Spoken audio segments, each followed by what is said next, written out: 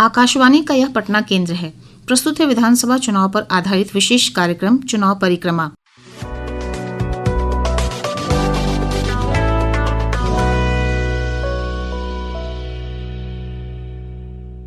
दिन भर की चुनावी गतिविधियों पर आधारित आज के इस अंक के साथ मैं दीप्ति रमन।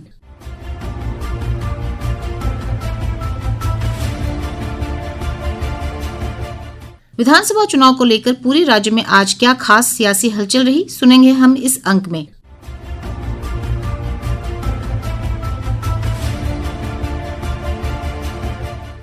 बिहार विधानसभा चुनाव के दूसरे चरण के लिए 122 निर्वाचन क्षेत्रों में चुनाव प्रचार अंतिम चरण में है। 11 नवंबर को 20 जिलों के इन 122 निर्वाचन क्षेत्रों में वोट डाले जाएंगे। आज एनडीए, महागठबंधन और चुनाव लड़ रहे अन्य विभिन्न दलों के कई बड़े नेताओं ने सीमांचल, चंपारण, मगध और शाहाबाद के क्षेत्रों में चुनाव प्रचार किया।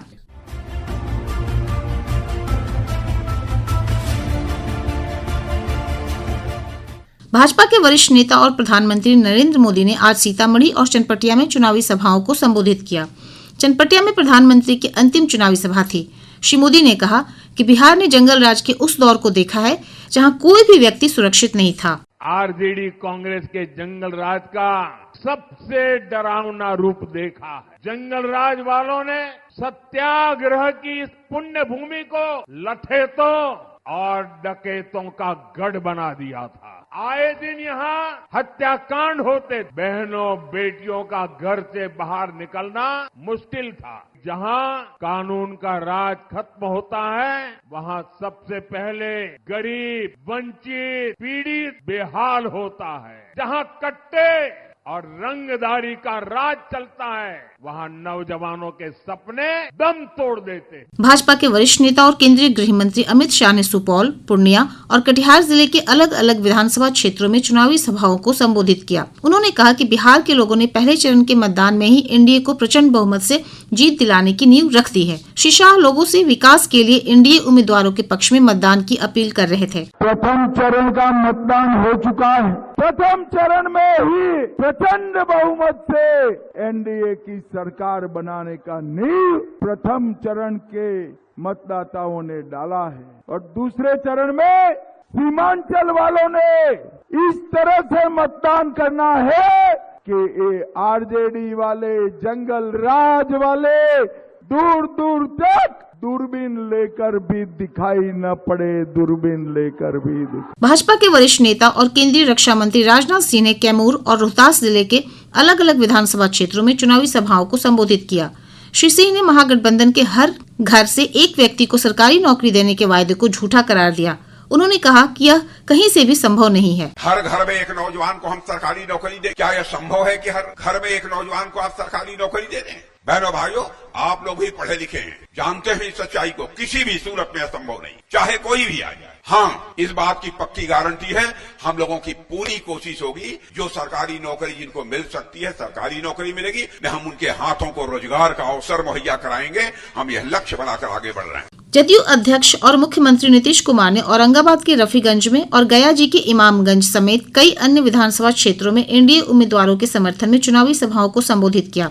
इधर राजद के वरिष्ठ नेता तेजस्वी प्रसाद यादव ने आज झाझा और नवादा में चुनावी सभाओं को संबोधित करते हुए कहा कि बिहार के लोगों ने इस बार सत्ता परिवर्तन का मन बना लिया है। उन्होंने कहा कि महागठबंधन की सरकार बनने पर घोषणा पत्र में किए गए सभी वायदों को धरातल पर उतारा जाएगा। 500 रुपया गैस सिलेंडर, 1500 रुपया पेंशन, 200 यूनिट फ्री में बिजली, किसान के लिए जो बिजली सिंचाई में जो लगता है वो आपको फ्री कर दिया जाएगा। कमीशन नीति को लागू किया जाएगा और सारा काम हम लोग करेंगे। अभ्यर्थियों के लिए जो फॉर्म फीस होता है उसको माफ कर दिया जाएगा। कांग्रेस की महासचिव प्रियंका गांधी ने कटिहार की कदवा और पूर्णिया में चुनावी सभाओं को संबोधित करते हुए कहा कि राज्य में भ्रष्टाचार और अपराध चरम पर है, माफिया की समानांतर सरकार चल रही है। उन्होंने लोगों से परिवर्तन के लिए मतदान की अपील की। आज आप इस परिस्थिति में हो कि मेरी बहनों को डर लगता है बाहर जाएंगी अपराध होगा। अपराध 3 गुना बढ़ गया है बिहार में और सबसे ज्यादा अपराध किसके खिलाफ हो रहा है? अति पिछड़ी जाति, दलित, अल्पसंख्यकों और महिलाओं और बच्चों के खिलाफ। किसी ने रोकने का प्रयास किया? नहीं, माफियाओं को बढ़ाया है आगे। जिधर देखो माफिया चल रही है।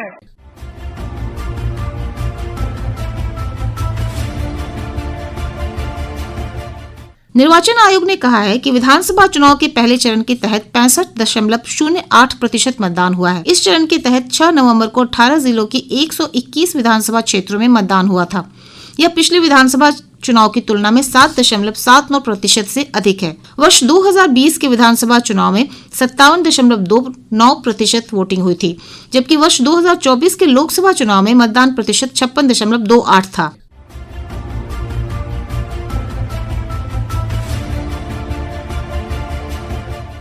निर्वाचन आयोग ने कहा है कि बिहार विधानसभा चुनाव के पहले चरण की किसी भी सीट पर फिर से मतदान नहीं होगा।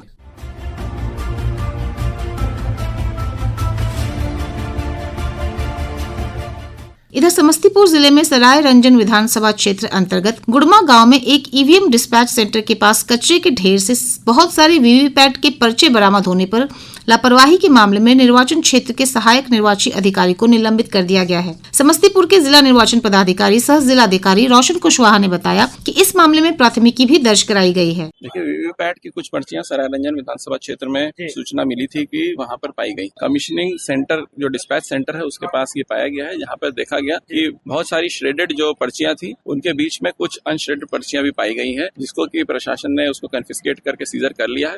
इसमें जो सभी जिन्होंने भी लापरवाही की है उनके खिलाफ प्राथमिकी दर्ज की जा रही है और ये जांच में स्पष्ट हो जाएगा कि ये किस समय की पर्चियां हैं। इसमें किसी तरह की कोई अफवाह नहीं फैलाने की मैं अपील करूंगा। ये पूरा टेक्निकल मामला है जिसकी की जांच करते हुए सभी चीज स्पष्ट हो जाएगी।